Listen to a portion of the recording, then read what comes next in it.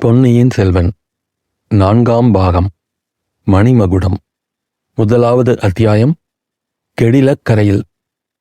திருமுனைப்பாடி நாட்டை வளப்படுத்திய இனிய நீர்பெருக்குடைய நதிகளில் கெடிலம் நதியும் ஒன்று. அப்பர் பெருமானை ஆட்கொண்ட இறைவன் எழுந்தருளியிருந்த திருவதிகை வீரட்டானம் இந்த நதிக்கரையில் இருக்கிறது. சுந்தரமூர்த்தியை தடுத்து ஆட்கொண்ட பெருமான் வாழும் திருநாவலூர் இந்நதியின் அருகிலேதான் இருக்கிறது. இந்த இரண்டு க்ஷேத்திரங்களுக்கும் மத்தியில் தொண்டை நாட்டிலிருந்து நடுநாட்டுக்கும் சோழ நாட்டுக்கும் செல்லும் ராஜபாட்டை அந்த நாளில் அமைந்திருந்தது.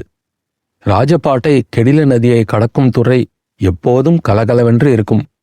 நதிக்கரையில் உள்ள மரங்களில் பறவைகளின் குரல்களும் அவை இறகை அடித்துக் கொள்ளும் சத்தமும் கேட்டுக்கொண்டிருக்கும்.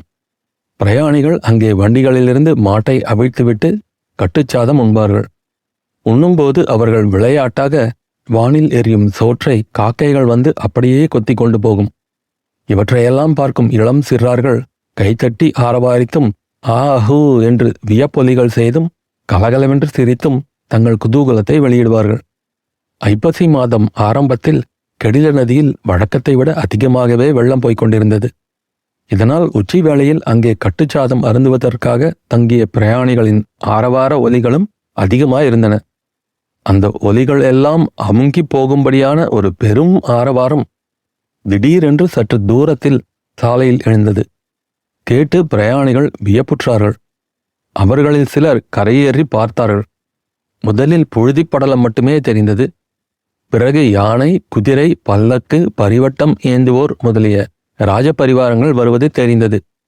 சிறிது அருகில் அப்பரிவாரங்கள் நெருங்கி வந்ததும் கட்டியக்காரர்களின் முழக்கம் தெளிவாக கேட்டது. 12ஆம் பிராயத்தில் போர்க்களம் புகுந்த வீராதி வீரர் வீரபாண்டியன் தலை கொண்ட கோப்பரகேசரி, இரட்டை மண்டலத்தார் சொப்பனத்தில் கண்டு அஞ்சும் சிங்கம், தொண்டை மண்டலாதிபதி, வடதிசை மாதண்ட நாயகர், 3 உலகமுடைய சுந்தர சோழ சக்கரவர்த்தியின் திருமகனார் ஆதித்த கரிகால சோழ மகாராஜா வருகிறார் பராக். இடிமுழக்க குரலில் 8 திசையும் எதிரொலி செய்யும்படி எழுந்த இந்த கோஷத்தை கேட்டதும் கெடில நதி துறையில் இருந்தவர் அனைவரும் அவசரமாக கரையேறினார்கள். அத்தகைய வீராதி வீரனை காண வேண்டும் என்ற ஆவலுடன் நதித்துறையில் நடுவில் வழி விட்டுவிட்டு இருபுறமும் அவர்கள் ஒதுங்கி நின்றார்கள். கட்டியக்காரர்கள், எக்காலம் ஓதுவோர், பரிச்சின்னம் ஏந்துவோர் ஆகியவர்கள் முதலில் வந்து தண்ணீர் துறையை அடைந்தார்கள். பரிவாரங்களுக்கு பின்னால் 3 குதிரைகள் ஒன்றின் பக்கம் ஒன்றாக வந்தன. 3 குதிரைகள் மீதும் 3 இளம் வீரர்கள் வீற்றிருந்தார்கள்.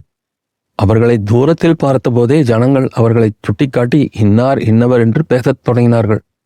நடுவில் உள்ள குதிரை மீது வருகிறவர்தான் ஆதித்த கரிகாலர். பொற்கிரீடத்தை பார்த்தவுடனே தெரியவில்லையா? வெயில் படும்போது எப்படி கிரீடம் ஜொலிக்கிறது என்றான் ஒருவன். இந்த கிரீடத்தை போய் சொல்லப் போகிறாயே? கரிகால் வளவன் அணிந்திருந்த மணிமகுடத்தை இவர் சிரசில் தாங்கும் போதல்லவா பார்க்க வேண்டும். அது கோடி சூரிய பிரகாசமாக கண்கள் கூசும்படி ஜொலிக்குமாம் என்றான் இன்னொருவன். அது கரிகால் வளவன் கிரீடமல்ல தம்பி, படி சம்பிரதாயமாக சொல்வதுதான். பராந்தக சக்கரவர்த்தியின் காலத்தில் செய்த மணிமகுடத்தை தான் இப்போது சுந்தர சோழர் அணிந்திருக்கிறார். இன்னும் எத்தனை நாளைக்கோ தெரியவில்லை என்றான் மற்றொருவன். சுந்தர சோழரின் வாழ்நாளை இப்படித்தான் சில காலமாக எண்ணிக்கொண்டிருக்கிறார்கள். அவர் சிரஞ்சீவியாயிருப்பார் என்று தோன்றுகிறது என்றான் முதலில் பேசியவன். நன்றாய் இருக்கட்டும். அவர் உயிரோடு இருக்கும் வரையில் நாடு நகரமெல்லாம் குழப்பமில்லாமல் இருக்கும். அப்படியும் சொல்வதற்கில்லை. பொன்னியின் செல்வனை கடல் கொண்டு விட்டதாக செய்தி வந்ததிலிருந்து சோழ நாடெங்கும் ஒரே அல்லோல கல்லோலமாய் இருக்கிறதாம். எப்போது சண்டை மூழுமோ என்று அங்கிருந்து வந்தவர்கள் எல்லாம் சொல்லி வருகிறார்கள்.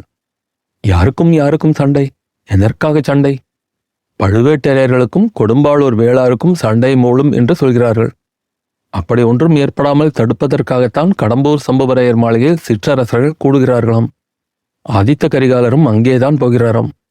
குதிரைகள் நெருங்கி வந்துவிட்டன, இறைந்து பேசாதீர்கள் என்று ஒருவன் எச்சரித்துவிட்டு, இளவரசர் ஆதித்த கரிகாலரின் முகம் எவ்வளவு வாட்டம் அடைந்திருக்கிறது பார்த்தாயா என்று கேட்டான். அவர் முகம் வாட்டமடையாமல் எப்படி இருக்கும்? ஆதித்த கரிகாலருக்கு தம்பியின் மேல் பிராணன். அப்படிப்பட்ட தம்பியை பற்றி தகவல் தெரியவில்லை என்றால் தமையனுக்கு வருத்தமாயிராதா? தந்தையோ நடமாட்டமில்லாமல் இருக்கிறார். இதெல்லாம் உலகத்தில் இயற்கை தம்பி. இளவரசருடைய முகவாட்டத்துக்கு காரணம் இவையெல்லாம் அல்ல. இரட்டை மண்டலத்தார் மீது படையெடுத்து போக வேண்டும் என்று கரிகாலருக்கு ஆசை. அது கைகூடவில்லையே என்றுதான் கவலை. அது ஏன் கைகூடவில்லை? யார் இவரை படையெடுத்து போக வேண்டாம் என்று தடுக்கிறார்கள்? வேறு யார்? பழுவேட்டரையர்கள்தான். படையெடுப்புக்கு வேண்டிய தளவாட சாமக்கிரியைகள் கொடுக்க மறுக்கிறார்களாம். ஏதேதோ இல்லாத காரணங்களையெல்லாம் கற்பித்துச் சொல்கிறார்கள். உண்மை காரணம் உங்கள் ஒருவருக்கும் தெரியவில்லை என்றான் ஒருவன். எல்லாம் தெரிந்தவனே, உண்மை காரணத்தை நீதான் சொல்லேன் என்று இன்னொருவன் கேட்டான். ஆதித்த கரிகாலர் யாரோ ஒரு பாண்டிய நாட்டு பெண் மீது காதல் கொண்டிருந்தாராம். இளவரசர் வடபெண்ணை போருக்கு சென்றிருந்த போது பெரிய பழுவேட்டரையர் அப்பெண்ணை மணந்து கொண்டு விட்டாராம். அவள்தான் இப்போது பழுவூர் இளைய ராணியாக விளங்கி சோழ நாட்டில் சர்வாதிகாரம் செலுத்துகிறாள். அதிலிருந்து ஆதித்த கரிகாலரின் மனமே பேதலித்து போய்விட்டதாம். இருக்கலாம். உலகத்தில் எல்லா சண்டைகளுக்கும் யாராவது ஒரு பெண் தான் காரணமாயிருப்பாள் என்று பெரியவர்கள் சொல்லியிருக்கிறார்கள் அல்லவா? எந்த பெரியவர்கள் தம்பி அப்படி சொல்லியிருக்கிறார்கள்? சுத்த பைத்தியகாரத்தனம். இளவரசர் ஒரு பெண்ணை விரும்பினார் என்றால் அவள் போய் ஒரு 60 வயது கிழவனை மணந்து கொள்வாளா? சொல்லுகிறவர்கள் சொன்னால் கேட்பவர்களுக்கு மதி இல்லையா? அப்படியானால் ஆதித்த கரிகாலருக்கு இன்னும் கல்யாணமாகாமல் இருப்பதேன்? நீர்தான் சொல்லுமே. சும்மா இருங்கள். இதோ நெருங்கி வந்து விட்டார்கள். இளவரசருக்கு வலது புறத்தில் வருகிறவன் தான் பார்த்திவேந்திர பல்லவன் போலிருக்கிறது. இடது புறத்தில் வருகிறவன் யார்? வானர் குலத்து வந்தியத்தேவனா? இல்லை. கடம்பூர் சம்புவரையர் மகன் கந்தமாறன். ஓலை கொடுத்து அனுப்பினால் இளவரசர் ஒருவேளை வரமாட்டார் என்று சம்புவரையர் தன் மகனையே அவரை அழைத்து வர அனுப்பியிருக்கிறார். இதிலிருந்து ஏதோ விஷயம் மிக முக்கியமானது என்று தெரிகிறது. அந்த முக்கியமான விஷயம் ராஜரீக சம்பந்தமானதாகவும் இருக்கலாம். ஆதித்த கரிகாலருக்கு திருமணம் ஆகாதிருக்கும் வரையில் சிற்றரசர்கள் அவரை வலை போட்டு பிடிக்க முயன்று கொண்டுதான் இருப்பார்கள். முதலில் அவரை மணந்து கொள்ளும் பெண் சோழ சாம்ராஜ்யத்தின் சிங்காதனத்தில் அமரும் பாக்கியம் பெறுவாள் அல்லவா? மேற்கண்டவாறெல்லாம் கெடில நதிக்கரையில் வேடிக்கை பார்த்து கொண்டு நின்றிருந்த ஜனங்கள் பலவிதமாக பேசிக் கொண்டிருந்தார்கள். 3 குதிரைகளும் வந்து தண்ணீர் கரையோரம் நின்றன. குதிரைகளுக்கு பின்னால் வந்த ரதம் சற்று அப்பால் அரச மரத்தடியில் நின்றது. அந்த ரதத்தில் 80 பிராயமான வீரக்கிழவர் திருக்கோவலூர் மலையமான் இருந்தார். தண்ணீர் கரை ஓரத்தில் குதிரை மேலிருந்த வண்ணம் ஆதித்த கரிகாலன் திரும்பி அவரை பார்த்தான். அத்தியாயம் முடிவு.